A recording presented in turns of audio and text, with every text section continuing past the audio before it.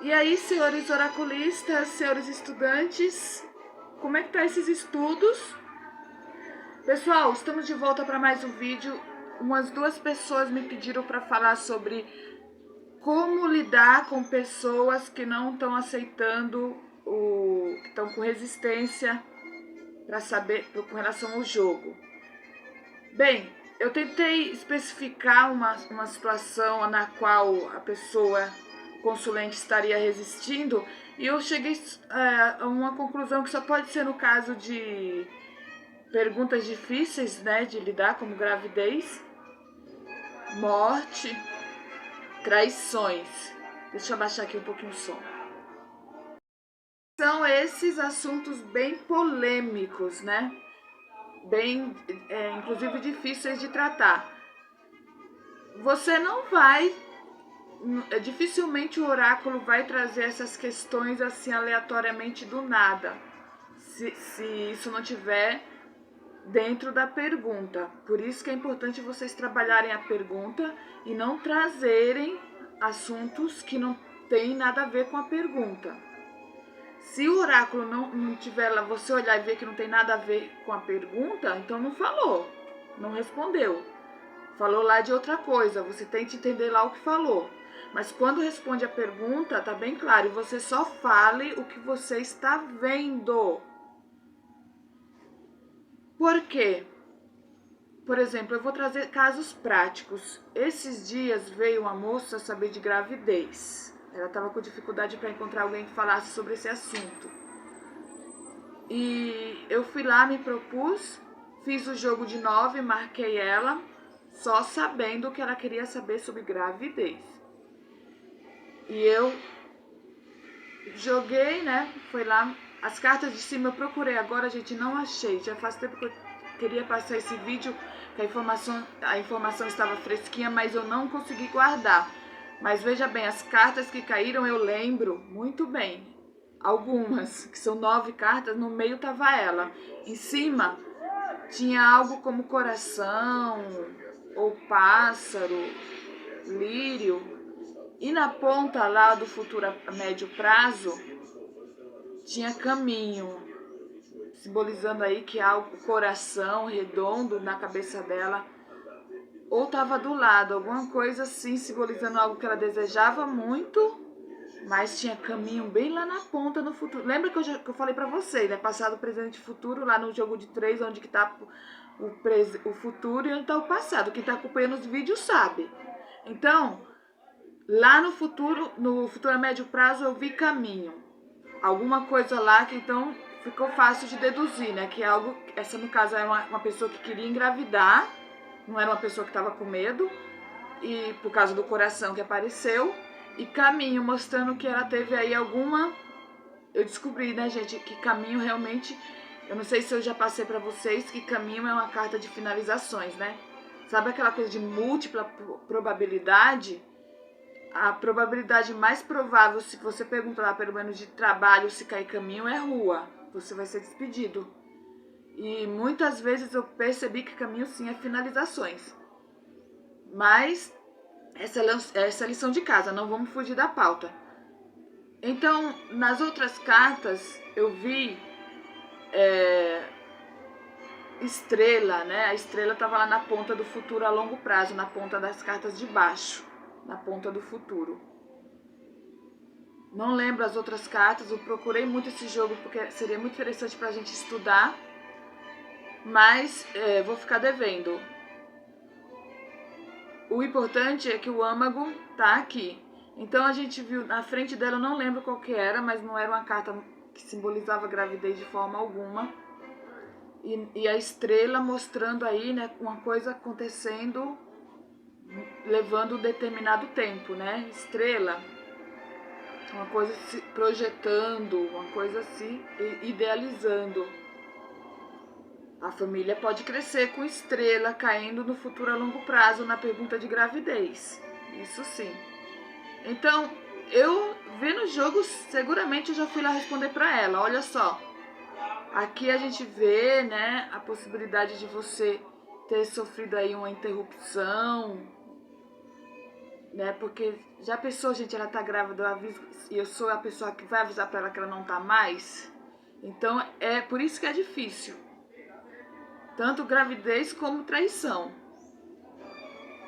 Porque são perguntas que envolvem vida e morte das pessoas, né? Então, veja bem, eu fui lá, falei pra ela, né? Que realmente ela pode ela pode ter passado por uma interrupção, mas que ela não se preocupasse, porque está programado que ela tenha aí uma nova oportunidade de realmente ter esse filho. Ponto. E ela é uma pessoa muito discreta, aquelas pessoas que colocou para interromper pra apagar a mensagem depois de 24 horas e muito bem discreta, mas ela me deu feedback positivo, obrigada mesmo, e sofreu, e realmente ela tá com a suspeita de que perdeu. Ela já estava com a suspeita de que estava perdido, gente. Então, não tenham medo de atender gravidez, de atender traição. As pessoas já estão pré-determinadas em alguma linha de ação. Geralmente são essas pessoas espertas que não falam nada antes da consulta.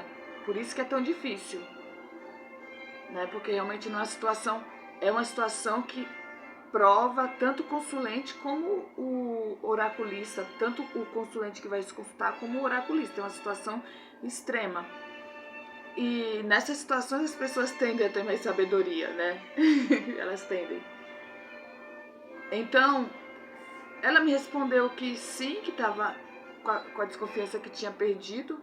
E eu já tinha jogado com o tarô antes, que tem uma energia masculina muito transtornada, né? Terminou com famigerado 10 de espadas, a energia de um homem, que é uma energia com cartas de paus, simbolizando algo que ele desejava muito. Mas o que deu a resposta foi o jogo de 9 em torno dela, que ela estava grávida, mas tinha perdido, né? E de fato ela me confirmou que estava desconfiando que o feto estava inativo, né? Provavelmente a pessoa que está gestante deve ter aí alguma desconfiança. O segundo caso tá mais fresco, foi de ontem. Veio a carta da cegonha, foi um caso de traição. A carta da cegonha, a carta dos pássaros e a carta da cobra, bem na cabeça do cara, né? Que eu precisava investigar, do moço que eu precisava investigar para a moça, para consulente. E a pergunta era se eles voltavam. Só essa, a pergunta era se eles voltavam, né? Uma consulta de 30 minutos, que ela pagou R$35. Eu lembro desse detalhe porque foi ontem mesmo. As de baixo eu não lembro exatamente, porque essas deram todo o contexto girou em torno muito dessas. Por quê? Porque, gente, olha só, eu vi a cobra bem na ponta, né? Cegonha, pássaro e cobra. Eu vi a cobra na ponta no futuro a médio prazo, né? No jogo de 9, na ponta, lembra? Marcou a pessoa no meio. Não lembra? Veja os vídeos anteriores que eu já tô cansada de falar sobre isso e é beabá de oraculista. E o que acontece? E assim a raposa estava do lado dele, atrás dele. E na frente dele, eu não me lembro. Trevo. Lembrei, na frente dele era trevo. E embaixo, estrela também, tinha estrela. Sim, tinha estrela. As outras duas, só faltam as outras duas da ponta que eu não lembro. Provavelmente era o urso, livro, alguma coisa assim. Mas o mais importante eu lembrei, porque era caso, ela perguntou se ele volta. E eu vi a raposa do lado, cegonha do outro, cobra do outro. Eu perguntei pra ela, nossa, tem muita energia feminina em torno dele, né? Aí ela me respondeu com, não sei. Olha pra isso, gente. Beleza. Aí no decorrer da consulta, conversa vai, conversa vem, eu tratei aquele trevo na frente e aquela cobra e aquela cegonha, então com uma possibilidade de que ela está fazendo mudanças positivas dentro da situação. Aí eu perguntei para ela, você está fazendo algum trabalho? E sejam cautelosos quando perguntar trabalho ou magia, porque a pessoa acha que uma oração não é trabalho. Para agora para fazer um Pai Nosso, um salmo, para você ver como é trabalhoso. Você entendeu? Oração é trabalho sim, não é aquele trabalho que batuque, mata bode, mata boi, não, gente. Mas às vezes uma vela e uma oração bem feita, bem acesa, você entendeu? E foi o que estava lá, ela mudando o desejo dele, né, que é a cegonha.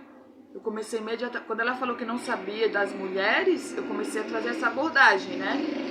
Aí ela falou, olha, eu faço Ho'oponopono e orações. E pronto, já é alguma coisa, é um trabalho, é magia. E nós seguimos essa perspectiva. E eu falei para ela reforçar que sim, que ela poderia estar voltando. Não via de imediato. Abri lá uma mesa real, né, gente? A mesa real é um pouquinho mais cara, mas mesmo assim eu abri, que eu não aguento de curiosidade, né? E vi lá ela dominando a situação com ele, sim. Então eu poderia dar a perspectiva que em 30 dias ela poderia estar, assim, resgatando essa relação. Mas no decorrer da conversa, ela me confessou de que ela entrou no Instagram e viu ele flertando com outra. Vocês entenderam por que elas não falam? Eu falei, tá aí, filha, a cegonha, a cobra, os pássaros e ele flertando, né? Eu não falei de cara que ele estaria flertando, namorando, que eu via ele, porque pássaros e cobra é a pessoa, né, gente? Lá no bem bom, né? Eu não falei de cara, não adianta, gente, não falem de cara, não é bom. São vidas. Outro dia eu vi uma história nesses casos de assombrações que eu tanto adoro, o cara tinha separado da mulher na perspectiva de uma criança, né? O moço tinha se separado da mulher e começou a ler baralho cigano, ler cartomancia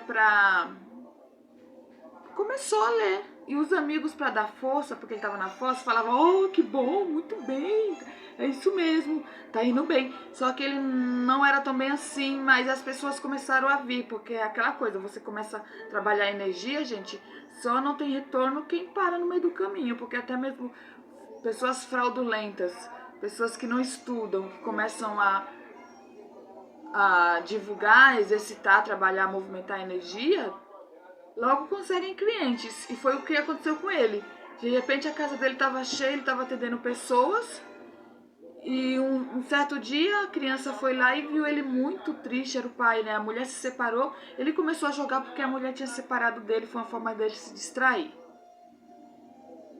Aí teve um dia que a criança chegou lá e viu ele, o pai, né, que jogava, muito triste, e depois foi descobrir por quê. Porque uma vez um casal foi lá, com a dúvida se a mulher devia ter engravidado, tirar o filho ou não. E ele deu o conselho que deveria tirar. A mulher tirou e a mulher morreu. Isso daí provavelmente foi o fim da carreira dele, né?